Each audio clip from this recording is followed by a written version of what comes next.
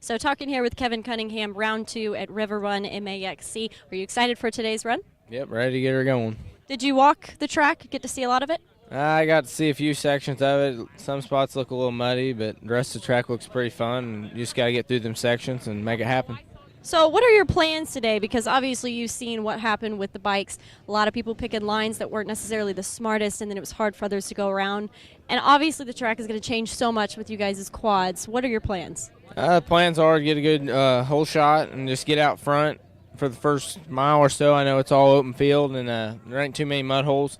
And then probably drop back, hopefully come through the first couple of laps, maybe third or fourth, and just try to get their pace and just let them make the mistakes through the mud holes and everything else, and just go from there. I'm sure sometimes you're kind of happy that the quads are at the end of the day because it helps you see what you should plan to do. Yeah, I mean, when you first get out there, you can see pretty bad sections and everything else, but the bikes really make it sloppy for us the first couple of laps. So once we get a line done and get a groove going, we can maneuver and get our bikes what we want to do. But I think all in all, it'll be a good day. The weather's nice and it ain't pouring down rain or anything, so I'm happy about that. Yeah, the sun came out. We'll talk to you maybe afterward and see how you thought about the track. Hopefully you see me up on the podium and hopefully in that #1 spot. All right, thanks, Kevin. Thank you.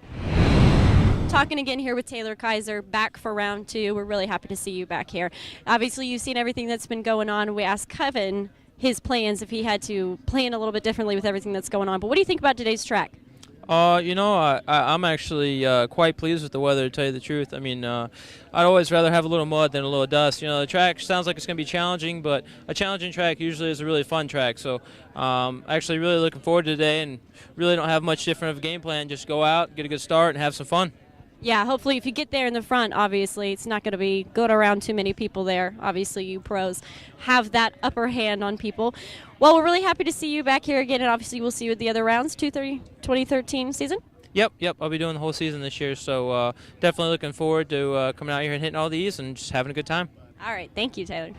So we're here with Adam Mcgill. Yep. This is his first. This is my first one. Yes. Yes. Your first round here at the 2013 season. What are you going to do with your hands? What are you going to do with your hands? Are you excited about today's track? Yeah, I'm pumped. I've been walking around a little bit and looked at the track, and it's real sandy, and I'm excited for it. We did a race up next to Michigan last year with Mike for another MAXC race, and man, I like it here, and I think it'll be a good day. Just come out here to get a good start with this ball of motor and let these ITV tires pull me in the whole shot, and hopefully get that $50, and maybe we'll check out, maybe we won't, but just hope for a good day. Well, I heard that it was like Plymouth with hills, and you won at Plymouth, so hopefully we'll see a lot of good action out there. Yeah, for sure. I'm down with that. If I just want to come out here and ride and have fun. Haley, my girlfriend, graduated from college last week, and I wasn't there for her for that. And, we got a graduation party tomorrow. And, I'd like to get this win, and make tomorrow a little bit nicer. We can kind of celebrate on the way home and have a good time for her. But, I want to come out of here, like you said, and, if I can get a win, then that's great. If, second and whatever, we'll take it. And as long as I can give it the best I got all day. Well, it's awesome to hear. Can you tell us a little bit about your history of being a privateer rider? Oh, yeah. I had 4 years with a factory team. I did 2 years with KTM and 2 years with Can-Am.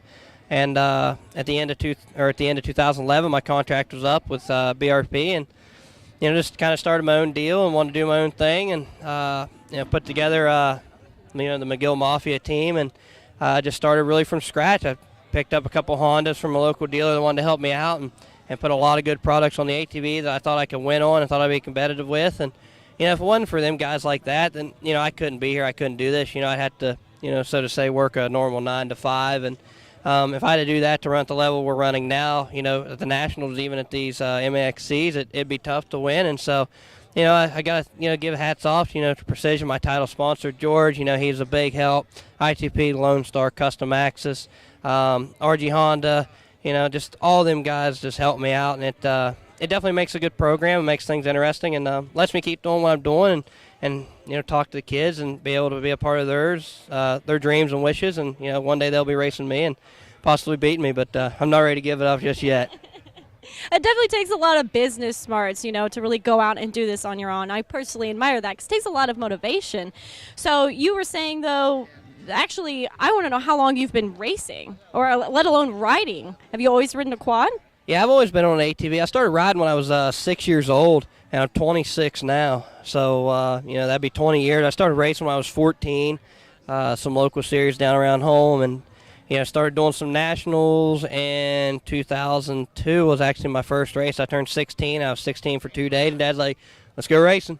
So I went and signed up, and was just nervous. And we did that race. It was a mill field, it was a mud bog, and I was running up front in the A class, and had a good time. And we just kind of was hooked ever since. We was into stock car racing, and we got into this. And he used to race ATVs back when he started, and so racing's always been in our blood, and it's something I'm not ready to give up, and something I'm not ready to quit at. But it's still here, and I'm still having fun at it. And I'm going to do it till I can't essentially anymore. Yeah, well, you're getting a little bit older now, though. You 1 foot in the grave now.